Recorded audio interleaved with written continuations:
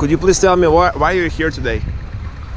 I'm here because my house has a lot of cracks. Dampness is coming in through on the internal wall now this year, so I think I'm going to face in the next 4 or 5 years crumbling homes. Just as many of our people in Donegal and other parts of Ireland are experiencing serious deterioration and collapsing of their houses.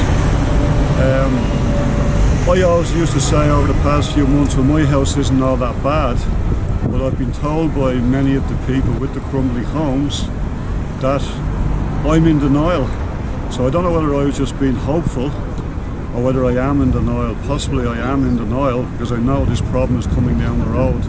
So we're here today, 8th of October, to have a massive demonstration to let the government know that we will not take anything less than 100% redress. And that will include everybody.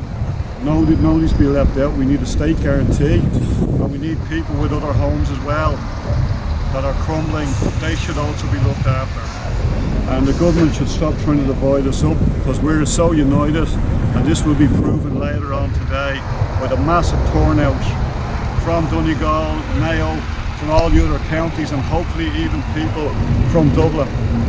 I'm a Dublin man myself, born and reared just a mile or so up the road here.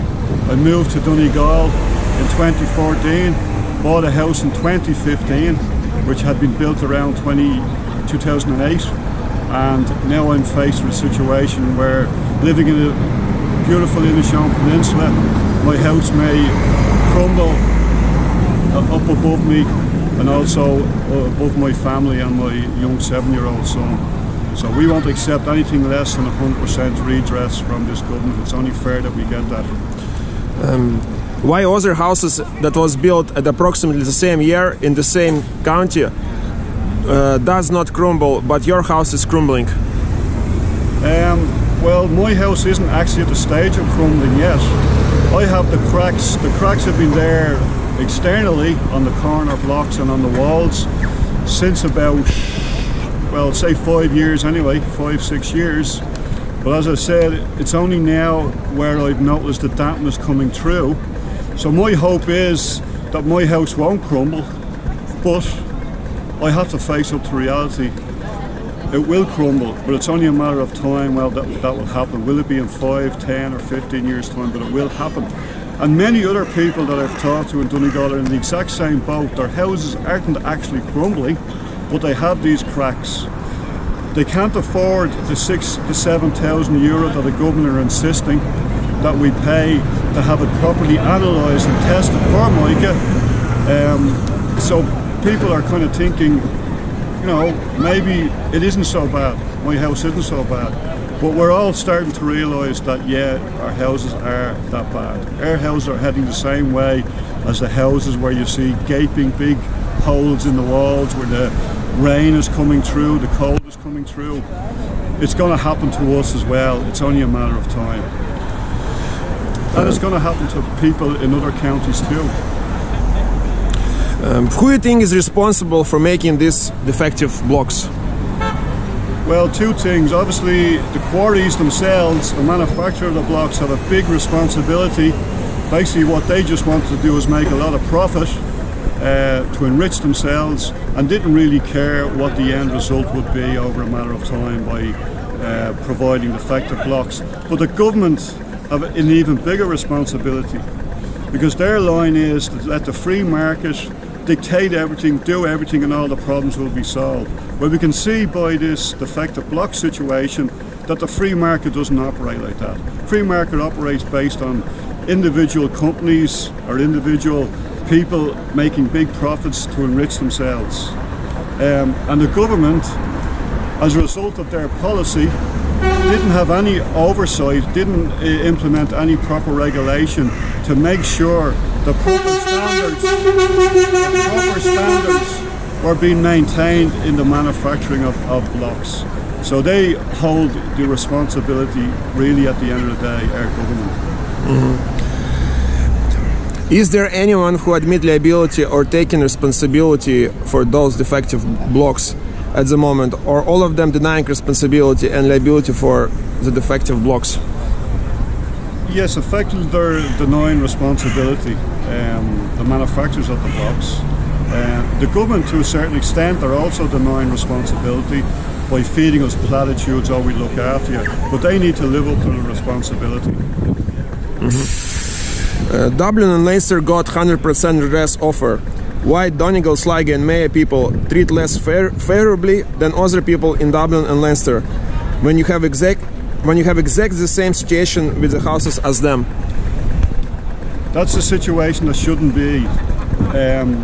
The people with pyrite in their homes in Dublin and other parts of Leinster fully deserve that, just as the people in Mayo, Donegal and other counties deserve redress for their houses in the exact same manner.